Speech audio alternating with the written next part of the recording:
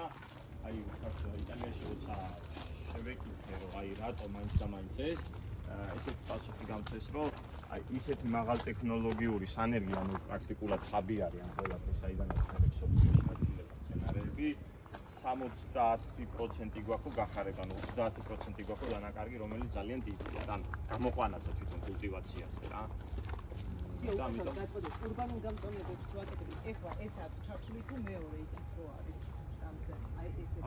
არა, უფრო იქ ეს უფრო ძვირფასია ამჟამადაც ვერ დარგავ, იმიტომ რომ ძალიან არა, ესეთი არ არის. მაგრამ ეს სახეობა. ეს სახეობა ურბანულ გამწონებაში. აი ხარ რომ მოვიდეთ გაზეთ ფორმებს თუ დააგვირდეთ. ზვარი აი თემათან ერთად რო იყო. აი ესეთი ეგზემპლარები არის.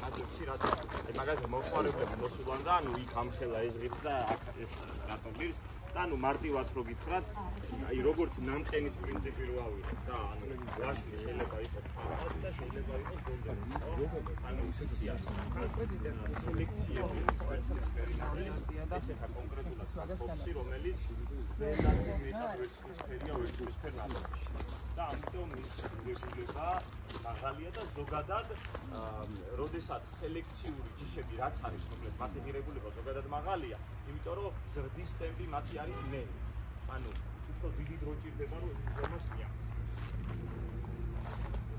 ჩვენ აუცილებლად ჩვენ პროექტებში ყოველთვის ვიძინებთ ასე სადაც გამზადება ერა მინიმუმი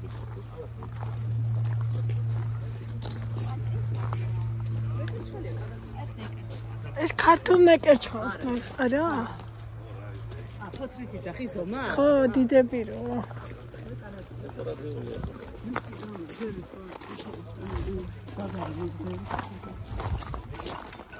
აი მოდი ახლა ესეთი სახეობას ვერ ნახავთ.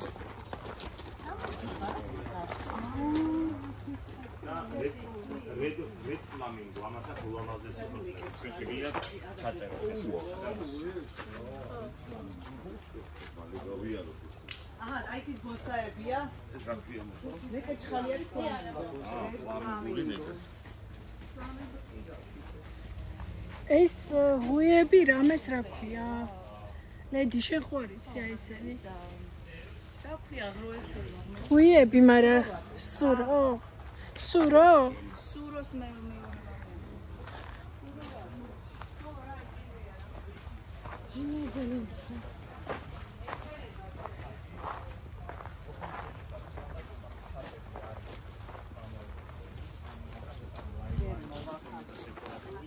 ზოგადად დაიმახსოვრეთ რომ ბუჩქები სადაც იგივე ცოცხალ ღობეებში ან რთულ ადგილებში სადაც მცენარეს უწევს უბრალოდ ამ მცენარეს ეს არის ამ ტერიტორიაზე რო დავატო ხელი ტოპს ამისუნია ხალხი ერთ-ერთი ყველაზე მაგარი და ერთ-ერთი აი ესეთ სუნი აქვს ხო თავისებური ესეთ ფაქტურას ქმნის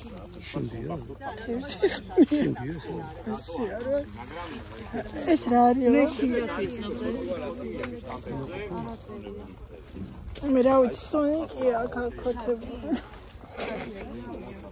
ამის იუ შატი ხოთი შინდა ის ფშატი სუ აი უნიეროს შემოდგომა პროტეინები არის ხო მაგრამ ის კომბინაციები ძალიან აი მე ხასხასან ჩემ ხო მაგრამ ესეთი სუნი რო გექნება ენოში ხო ახლა სუნი ვიცით ნუ რაღაცა პლანიმეტი რა იმის შეიძლება მართლა დასაფრთხობათ არის აი შავფოთლებს რომ ხედავთ ის არის შავფოთოლა ირმის ხა რომელიც ზოგადად სულ ახალი გამოყვანილი მცენარე არის როგორ ყვავილი სხვადასხვა ფერია ანუ ესე ფირმის რქაო?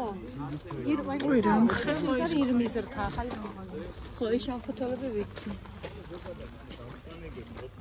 ხო მაგრამ წელს ვინც დარგო ვერ გავუყურე ლამაზი რომ გამოვიდეს, ზედადონი ან მაღალი ხეები ხდება, შემდეგ უკვე მოდის აი ეს კატეგორიები, ტუალეტური ზონები, შტამპონები და შემდეგ უკვე დაბალი ბუჩქები და ბალახონები.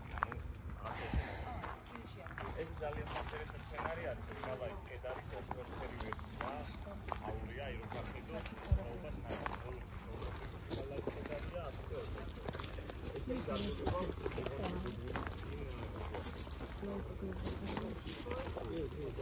ეს რომელია?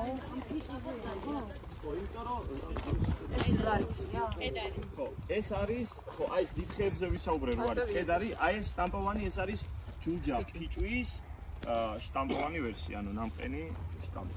და სხვათა შორის ეს აი ძალიან პატარა ესეთ გირჩებს იკეთებს და არის მუქი იასამნისფერი, აი ძალიან ლამაზი არის გირჩობაზე ეს.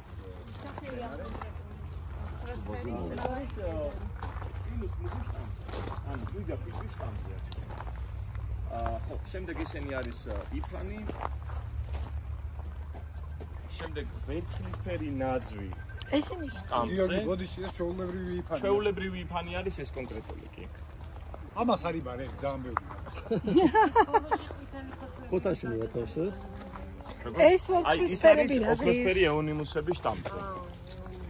ჩვენ ესეც ჩვეულებრივ ბუჩქებს ვნახავთ. ეს არის ვერცხლისფერი ნაძვი შტამპზე და სხვათა შორის ვერცხლისფერ ნაძვ შტამპებზე შეიძლება ბაზარზე წააწყდეთ აი ამ ზომის შტამპზე, რო აქედან იწყება შემდეგ. ეს არის ყველაზე ძვირფასი ზომა შტამპოვანი ვერსია. და რამხელა იზრდება ეს? ეს არ იზრდება. და რა ღირს? სტამის რჩება იმაზე რამ სიმაღლეც იყოს არა. 890 ლარი. აი ეს. ეს სტამის ფოტინები რა ეს გამწრებული. 425 ლარიდან იწყება 1800 ლარამდე. აუ ეს ძალიან მომეწონა. მაგის ფოტო გოგუგადი? ეს რა ბუჩქებია? აი ესენია ქალაქში. ფოტინიები. ამხის მერქანს დააკვირდით, რა ესე არ გაუვაროთ და. ხო, მოკლედ, ეს არის ლიბოცედრუსი. ესეთი წითელი ფერის ერქანი აქვს. ესეთი ჭრელი წიწვები ხასიათდება ეს სცენარი, შემდეგ უკვე ირმის თქებია სტამპებზე, აქ უკვე დაბალი ბუჩქები ირმისთვის. აქ უკვე სხვადასხვა ტიპის ფოთლოვნებია. ანდაც მოდი ზემოდან გავუკეთოთ.